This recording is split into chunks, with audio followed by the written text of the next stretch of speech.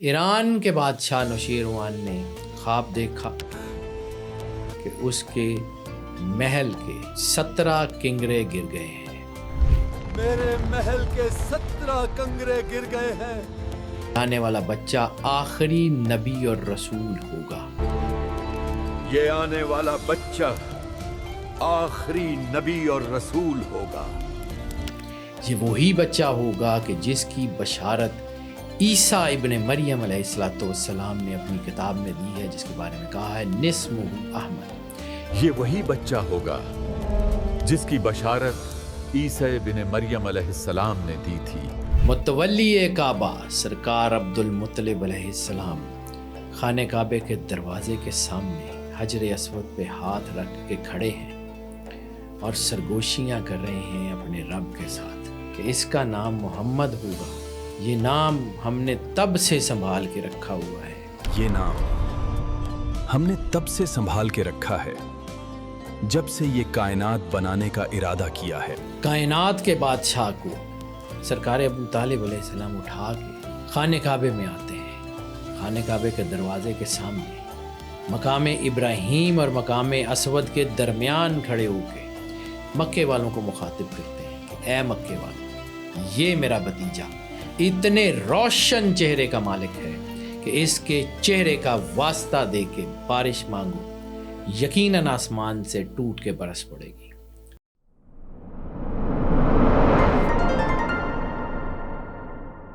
بسم اللہ الرحمن الرحیم۔ السلام علیکم ناظرین۔ کائنات کی سب سے عظیم ترین ہستی سرور انبیاء صلی اللہ علیہ وآلہ وسلم، کائنات کا سب سے بڑا راز سرور انبیاء صلی اللہ علیہ وآلہ وسلم، کائنات میں سب سے بڑا ظہور سرور انبیاء صلی اللہ علیہ وآلہ وسلم۔ سرکار ختمی مرتبت بادشاہ کونین فرماتے ہیں کہ میں اس وقت بھی نبی تھا جب آدم مٹی اور پانی کے درمیان تھے۔ آدم کو سجدہ نہیں ہوا تھا۔ آدم کو معافی ملتی ہے تو سرور انبیاء صلی اللہ علیہ وآلہ وسلم کے نام مقدس کی وجہ سے۔ تو پھر دنیا میں جب سرور انبیاء صلی اللہ علیہ وآلہ وسلم تشریف لاتے ہیں تو وہ ایک کیسا لمحہ ہوگا، کیسی برکت ہوگی۔ اور اگر یہ دیکھا جائے تو سرور انبیاء صلی اللہ علیہ وآلہ وسلم کے ظہور کی جو روایات ہیں وہ اتنی خوبصورت ہیں کہ اس کا کوئی موازنہ ہی نہیں ہے۔ رسالت مآب سرور انبیاء صلی اللہ علیہ وآلہ وسلم کا ظہور صرف ظاہری جو ہے وہ ظہور نہیں ہے، اس کے ساتھ بہت بڑی ڈائمنشن ہے۔ علامہ محمد اقبال کا ایک کانسیپٹ ہے محمد ان دا میکنگ۔ آپ فرماتے ہیں کہ آدم علیہ السلام سے لے کے سرکار ختمی مرتبت کے ظاہری ظہور تک دنیا کو نور کی عادت ڈالی جا رہی تھی تاکہ دنیا سرور انبیاء صلی اللہ علیہ وآلہ وسلم کے وجود سے منور ہو سکے، مسحور ہو سکے اور بہتر ہو سکے۔ سرکار کے ظہور کے بارے میں بہت سی روایات ہیں۔ ایران کے بادشاہ نوشیروان نے خواب دیکھا کہ اس کے محل کے 17 کنگرے گر گئے ہیں۔ 17 کنگرے اس کے محل کے گر گئے ہیں، اور اس نے یہ دیکھا کہ ایک عقاب ہے جو بطحا کی سرزمین سے اڑتا ہوا آیا ہے اور اس کا تاج لے کے واپس بطحا چلا گیا ہے۔ اس نے یہ دیکھا کہ اس کی جو بادشاہی ہے اس کے اوپر ایک بہت بڑے بادل نے آ کے سایہ کر دیا ہے۔ صبح اٹھا، اپنے جو ہے وہ وزیروں کو، اپنے لوگوں کو کہا کہ اس خواب کی تعبیر بتاؤ۔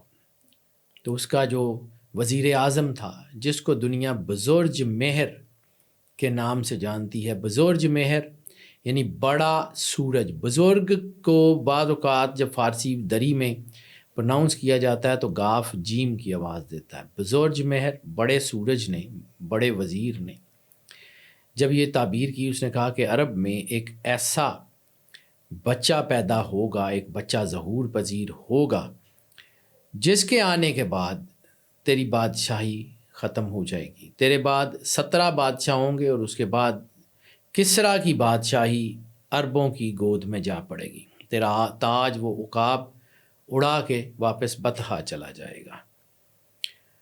اور وہ جو اشارے ہماری کتابوں میں ہیں وہ بتاتے ہیں کہ یہ آنے والا بچہ آخری نبی اور رسول ہوگا، یہ وہی بچہ ہوگا کہ جس کی بشارت عیسیٰ ابن مریم علیہ السلام نے اپنی کتاب میں دی ہے، جس کے بارے میں کہا ہے نسمہ احمد۔ یہ وہی جو ہے وہ شخصیت ہوں گی کہ جس کے بارے میں زرتشت کی کتابوں میں آخری دعوت دینے والے کے نام سے ذکر کیا گیا ہے۔ یہ وہی شخصیت ہوں گی کہ جو مختلف پرانی کتابوں میں، مختلف مذاہب میں دنیا کے نجات دہندے کے طور پہ یاد کیا گیا ہے، دنیا کا نجات دہندہ ہوں گے۔ جب یہ باتیں سنی نوشیروان نے تو اس نے کہا کہ پھر ایسا کرو کہ اپنے نجومیوں کو بھیجو عرب کی زمین میں اور ان سے کہو کہ پتہ کریں کہ وہ بچہ کہاں پیدا ہوا ہے۔ اس کے جو ہے وہ نجومی بطحا کی سرزمین میں آئے، اور یہ وہ دن ہے کہ جب سرور انبیاء صلی اللہ علیہ وآلہ وسلم کا ظاہری ظہور ہونے کو ہے۔ آسمان مسرور ہے، زمین خوشی کے ترانے گا رہی ہے۔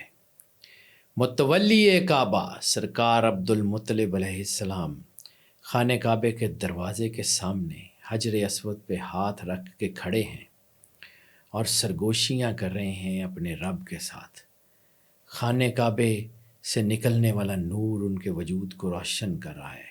کسی نے آ کے اطلاع دی کہ اے سید بطحا، عبداللہ علیہ السلام کے گھر بیٹے کا ظہور ہوا ہے۔ آپ خوشی سے مسرور ہوئے، خانہ کعبے کے دروازے پہ ہاتھ رکھا اور کہا الحمدللہ رب العالمین، تمام تعریفیں اس رب کے نام پہ جو کائنات کا بنانے والا ہے، سب سے زیادہ پاک ہے، اور اس کا شکر کہ اس نے ہمیں اولاد ابراہیم میں پیدا کیا اور اولاد اسماعیل میں مستحکم فرما دیا۔ سرکار عبد المطلب علیہ السلام خانہ کعبے سے نکلتے ہیں، سیدھے بی بی آمنہ سلام اللہ علیہا کی بارگاہ میں آتے ہیں۔ اس کائنات کے سب سے بڑی شخصیت، اس کائنات کے سب سے بڑے نور، اس کائنات کی سب سے بڑی طاقت سرور انبیاء صلی اللہ علیہ وآلہ وسلم کو ہاتھوں پہ اٹھاتے ہیں،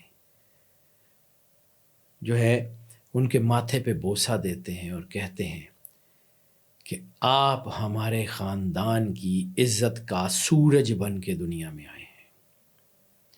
پھر والدہ سے پوچھتے ہیں کہ اس کا نام کیا رکھا، تو انہوں نے کہا کہ میں نے اس کا نام احمد رکھا ہے۔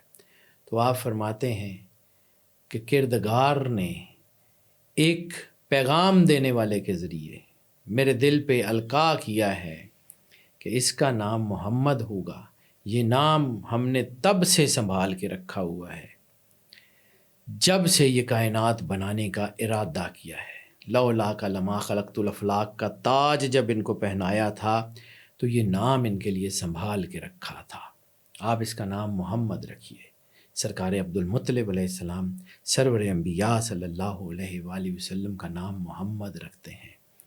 جناب ابو طالب علیہ السلام تشریف لاتے ہیں، اس بھتیجے کو گود میں اٹھاتے ہیں، ان کے ساتھ ان کی زوجہ محترمہ پاک بی بی فاطمہ بنت اسد سلام اللہ علیہا موجود ہیں، بی بی آمنہ کے ساتھ کھڑی ہیں۔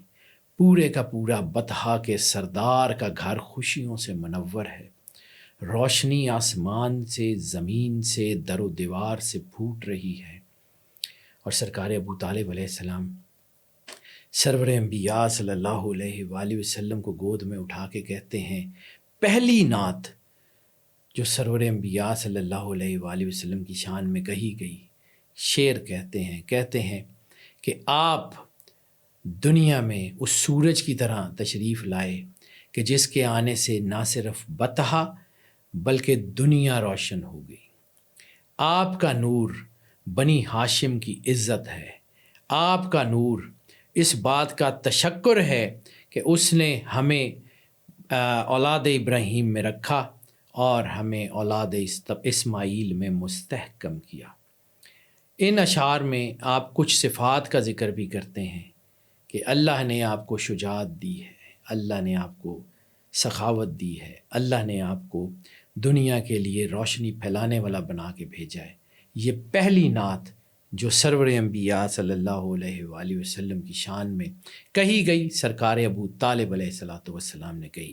اس کے بعد ایک اور نعت کا ذکر ملتا ہے جو سیرت بنی ابن حشام میں موجود ہے، سیرت حلبیہ میں موجود ہے۔ مکے میں قحط پڑ گیا، سرور انبیاء صلی اللہ علیہ وآلہ وسلم کی ظاہری سن مبارک 4 سال ہے۔ 4 سال کے کائنات کے بادشاہ کو سرکار ابو طالب علیہ السلام اٹھا کے خانہ کعبے میں آتے ہیں۔ خانہ کعبے کے دروازے کے سامنے مقام ابراہیم اور مقام اسود کے درمیان کھڑے ہو کے مکے والوں کو مخاطب کرتے ہیں کہ اے مکے والوں، یہ میرا بھتیجا اتنے روشن چہرے کا مالک ہے کہ اس کے چہرے کا واسطہ دے کے بارش مانگو، یقیناً آسمان سے ٹوٹ کے برس پڑے گی۔ یہ میرا بھتیجا بیواؤں کا سہارا ہے، یہ میرا بھتیجا یتیموں کا مددگار ہے۔ سرکار ابو طالب علیہ السلام کی آنکھ کس چیز کو دیکھ رہی تھی؟ کون سا ایسا نور تھا ان کی وجدان میں، کون سا ایسا نور تھا ان کی سرشت میں جو 40 سال بعد ہونے والے واقعات کو جو ہے وہ اپنی ظاہری آنکھوں سے دیکھ رہے تھے، نہ صرف دیکھ رہے تھے بلکہ اس کو شعروں کی شکل میں بیان بھی کر رہے تھے۔ سرکار ختمی مرتبت بادشاہ کونین اس کائنات کی ماورا ذات ہیں۔ آپ سے ہونے والی جو ہے وہ مظاہر، آپ سے ظاہر ہونے والی کرامات، آپ سے ظاہر ہونے والے معجزات کائنات میں ان کی نظیر نہیں ہے۔ سرکار ختمی مرتبت بادشاہ کونین کی ذات وہ ذات ہے کہ ان سے محبت کرنے والے امر کر دیے جاتے ہیں، ان کا نام لینے والے امر کر دیے جاتے ہیں۔ اگر صرف نام لینے والے امر کر دیے جاتے ہیں تو جنہوں نے ان کی پرورش کی، جنہوں نے اپنی ساری زندگی ان کی محبت میں جو ہے وہ صرف کر دی، ان کا مقام کیا ہے ہم سوچ نہیں سکتے۔ امید ہے کہ آپ جو ہے وہ اس ٹاپک کو پسند کریں گے۔ ہم اس کے اوپر مزید گفتگو بھی کرتے رہیں گے اور مزید اس کے اوپر جو ہے وہ ویڈیوز بھی بناتے رہیں گے۔ ہماری دعائیں آپ کے ساتھ ہیں۔ اللہ آپ کو زندگی دے، صحت سلامتی دے، ہمیشہ خوش رہیں، مسکراتے رہیں اور اللہ کی امان میں رہیں۔ اللہ حافظ۔